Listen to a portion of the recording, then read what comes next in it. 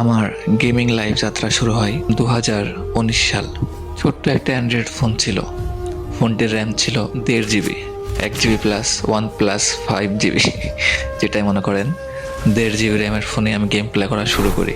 তো সেই ফোনে আমি আমার সাথে যেগুলো ভাইগুলো খেলতো, ভাই ব্রাদার্স খেলতো, সবার ফোনে মোটামুটি ভালো র্যাম ছিল, 2 GB 3 GB র্যাম, 4 GB পর্যন্ত র্যাম। তখন মেবি হাই কোয়ালিটির র্যাম ছিল 4 GB। তো ওই সময় আমার ফোনের র্যাম ছিল 1.5 GB। আমার ফোনে গেম প্লে একদমই করা যেত না। ফোন প্রচুর হ্যাং মারতো অ্যান্ড ল্যাগের চুতনে এত পরিমাণ ল্যাগ মারতো ফোনটা। ল্যাগের কারণে একটা কান দিয়ে ফায়ার করবো একটা গুলি দিয়ে, তো যদি ডান দিকে ফায়ার করতাম বাম দিকে চলে যাইতো এনিমি, আর সামনে দৌড়াতে গেলে পিছন দিকে ঠাস করে ঘুরে যাইতো। অনেক প্রবলেম ছিল ফোনে। তো এমনি আমি প্রায় 1.5 বছর ওই ফোনেই গেম খেলছি। ওই সময় লকডাউন ছিল, লকডাউনের মধ্যে তো সবার ভালো ভালো ফোন ছিল। আমি গেম প্লেটা শুরু করছি কেমনি আপনাদেরকে শোনাই। ফার্স্টে আমি একদিন লকডাউনের মাঝখানে, লকডাউনের আগে আমার এক বড় ভাই গেম খেলতো আমার পাশে বসে। আমি গেম প্লেতে ভালো লাগতো না, তো আমি এমবি করতাম, পরে ইউটিউব দেখতাম। তারপরে আরও ওই যে আরেকটা গেম ছিল শ্যাডো ফাইটিং, তো আপনারা হয়তো বা গেমটা অনেকে খেলছেন। তো আমি তার পাশে বসে বসে শ্যাডো ফাইটিং খেলতাম। আর তার গেম খেলা দেখে একটা সাউন্ড আসতো গেম প্লে থেকে, ডেঞ্জারের সাউন্ড, ডেঞ্জার জন্য একটা ভয়ঙ্কর সাউন্ড আসতো। তো সাউন্ডটা যখন শুনতাম পাশে যখন গেম খেলতো, তখন কেন জানি আমার অন্যরকম একটা ফিলিংস কাজ করতো।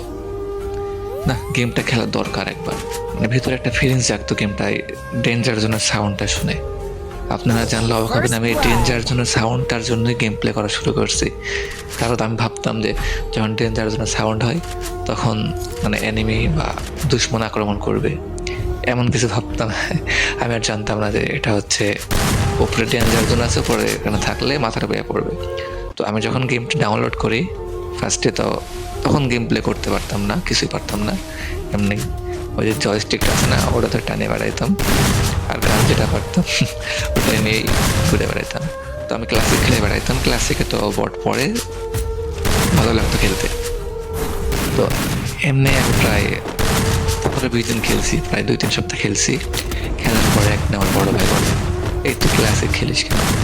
এইদিকে আমি ক্লাসিক খেলতে খেলতে আমার লেভেল হয়ে গেছে 20+। তখন আমার লেভেল ছিল 23। হ্যাঁ, ওই সময় আমার এক ভাই বলতেছে, দেখ তুই এই ক্লাসিক সারাদিন খেলে কি লাভ হবে, কোনো ফায়দা হবে না, তুই বিয়ার র্যাঙ্ক খেল, অনেক মানে লেভেল আপ হবে, তুই হিরোইক করতে পারবি। হিরোইক এটা কি বুঝতাম না। তো এটা দেখার জন্য আমি বিয়ার র্যাঙ্ক খেলা স্টার্ট করি। তো প্রথম যেই ম্যাচে নামছি ভাই, আমি ওই ম্যাচে নামার সঙ্গে সঙ্গে মেরে দিস আমারে। আমি বলছি ভাই আমার গেম খেলবো না, বিয়ার র্যাঙ্ক খেলবো না, আমি ক্লাসিক খেলবো, আমি এখানে মারতে পারি, বিয়ার র্যাঙ্কে এনে আমি মারতে পারি না। তো এটা শুনে আমার ভাই বকা দিছে আমারে, তুই বিয়ার র্যাঙ্ক ক্লাসিক খেলে কোনো লাভ নাই, শুধু সময় নষ্ট হবে, তুই বিয়ার র্যাঙ্ক খেল, অনেক কাজে লাগবে। বিয়ার র্যাঙ্কে ডায়মন্ড উঠতে পারলে এই দেয়, এগুলা গিফট অনেক কিছু পাবি। তো অনেকে গ্রুপে গেলে তখন যখন শুধু ক্লাসিক খেলতাম গ্রুপ থেকে কিক করে দিত। বাট আমাকে বলতেছে যখন তুই ডায়মন্ড হিরোইক উঠবি তখন তোকে সবাই সম্মান দিবে। দেখতাম যে অনেকে গ্রুপে গেলে যারা ডায়মন্ডে আছে, হিরোইকে আছে, ওই দেখলে ভাই বিগ ফ্যান করতো। তো আমার ইচ্ছা ছিল আমাকে বিগ ফ্যান বলবে। তো তখন আমিও গেলাম বিয়ার র্যাঙ্ক খেলার জন্য।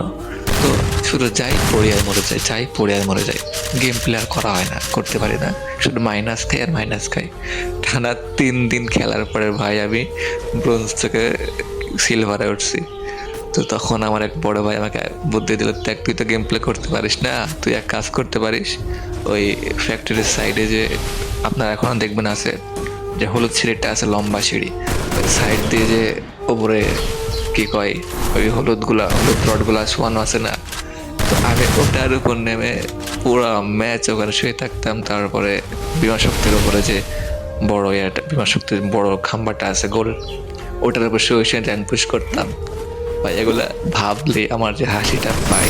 যাই হোক, যদি ভিডিওটা দেখে আপনারা বিরক্ত ফিল হন, আপনারা যাইতে পারেন। এটা আমি আমার গেম প্লেতে মানে গেম জগতে কেমনে আসলাম, এই স্টোরিটা শোনাচ্ছি আপনাদেরকে। আপনারা যদি শুনতে ভালো লাগে শুনেন, না ভালো লাগলে আপনারা ভিডিওটি স্কিপ করে যাইতে পারেন। তো এমনি র্যাঙ্ক পুশ করে করে আমি প্রথম মানে যখন গেম প্লে মানে র্যাঙ্ক খেলা শুরু করি, প্রথম সিজনে আমি ওখানে ডায়মন্ড 1 পর্যন্ত যাই। যাওয়ার পরে আমি তো শুয়ে শুয়ে পুশ করি, লাস্টে একটা কিল হইলো। তখন কিন্তু কিল না করলেও প্লাস দিত, 10-20 প্লাস দিত। বাট এখন তো অন্যরকম করছে। বাট ডায়মন্ডে যাওয়ার পরে শুয়ে থেকে থেকে আর প্লাস দেয় না। খুব কষ্টে মানে খুব চিন্তায় পড়ে গেলাম, এখন কি করা যায়। তো তখন আমার ভাই বললো, দেখ অনেক তো শুয়ে থেকে খেলছি, অনেক তো র্যাঙ্ক পুশ করছিস, এখন একটু ফাইট করে খেল। তখন মনে করেন এটা কিন্তু খেলতাম, স্লো খেলতাম, যে ইয়ারডপ নিয়ে যেতাম, ইয়ারডপ ফেলে এখন ওপর থেকে মারতাম নেমে এটা একটা। আর তারপরে মনে করেন শুরু করলাম রাশ গেম প্লে। ফার্স্টে ট্রেনে গেলাম, দেন আমি তো 2 ফিঙ্গারে খেলতাম, খেলতে পারতাম না। দেন আমার ভাই আমাকে 3 ফিঙ্গারে একটা সেটিং করে দিল। তারপর আমি এখনও 2 ফিঙ্গারেই খেলি ভাই। বাট 3 ফিঙ্গার করার পরে আমি 1 মাস পর 3 ফিঙ্গারে খেলছি, বাট খেলা পারি না তখন। তো 2 ফিঙ্গারে আবার শিফট করলাম, যে ভাই 3 ফিঙ্গারে পারতেছে না, 2 ফিঙ্গারে খেলবো। 2 ফিঙ্গারে আমার খেলা অনেক ভালো লাগে, 3 ফিঙ্গার অনেক প্যারা লাগে, মাথায় যন্ত্রণা করে, মানে এনিমি বুঝতে পারে না কোন দিকে যায়। তো আমি আবার 2 ফিঙ্গারে খেলা শুরু করলাম, দেন ট্রেনিং করলাম। তারপর আসলে হচ্ছে ক্লাস স্কোয়াড। আগে কিন্তু ক্লাস স্কোয়াড মোডটা ছিল, বাট সিএস র্যাঙ্ক মোডটা ছিল না। এটা মেবি আসছে এই ক্লাসিক স্কোয়াড মোডটা আগে থেকে ছিল, মেবি অনেক আগে থেকে। বাট সিএস র্যাঙ্কটা মেবি আসছে হচ্ছে আমার মনে হয় 22 সালে বা 21 সালের লাস্টের দিকে আসছিল।